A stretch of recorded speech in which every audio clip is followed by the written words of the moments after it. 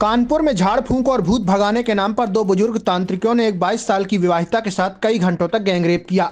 जब युवती बेहोश हो गई तो दोनों आरोपी उसे कमरे में छोड़कर भाग गए।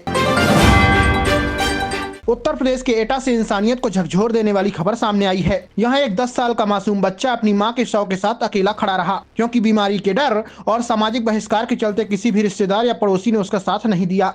उसकी मां को टीबी था, साथ ही वो HIV पॉजिटिव भी थी।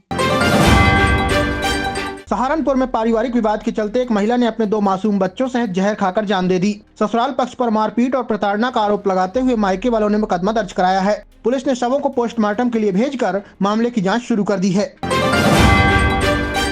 बिजनौर के नंदपुर मंदिर में एक कुत्ता रहस्य का केंद्र बना हुआ है। वह बिना खाए पिए कई दिनों से लगातार हनुमान जी और मां दुर्गा की मूर्तियों की परिक्रमा कर रहा है। डॉक्टर इसे दिमागी चोट बता रहे हैं, वहीं श्रद्धालु इसे साधु की आत्मा मानकर पूजा कर रहे हैं।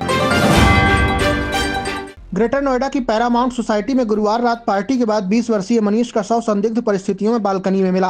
पुलिस हत्या, आत्महत्या और दुर्घटना तीनों पहलुओं से जांच कर रही है। घटना स्थल को सील कर फॉरेंसिक टीम साक्ष्य जुटा रही है। मौत का असली कारण पोस्टमार्टम रिपोर्ट आने के बाद स्पष्ट हो सकेगा। प्रयागराज में चल रहे आध्यात्मिक माघ मेले में देश भर से श्रद्धालु संगम में डुबकी लगाने आ रहे हैं। इस मेले में कई अनोखे साधु संत ध्यान आकर्षित कर रहे हैं, जिसमें सेंट बाबा विशेष चर्चा में हैं। नागा सन्यासी सेंट बाबा आंखों पर चश्मा और शरीर पर भस्म लगाकर धुनी रमाते हैं। भक्तों को वो प्रसाद के रूप में इत्र छिड़क कर आशीर्वाद देते हैं, जिसे वे शमशान से लेकर आते हैं।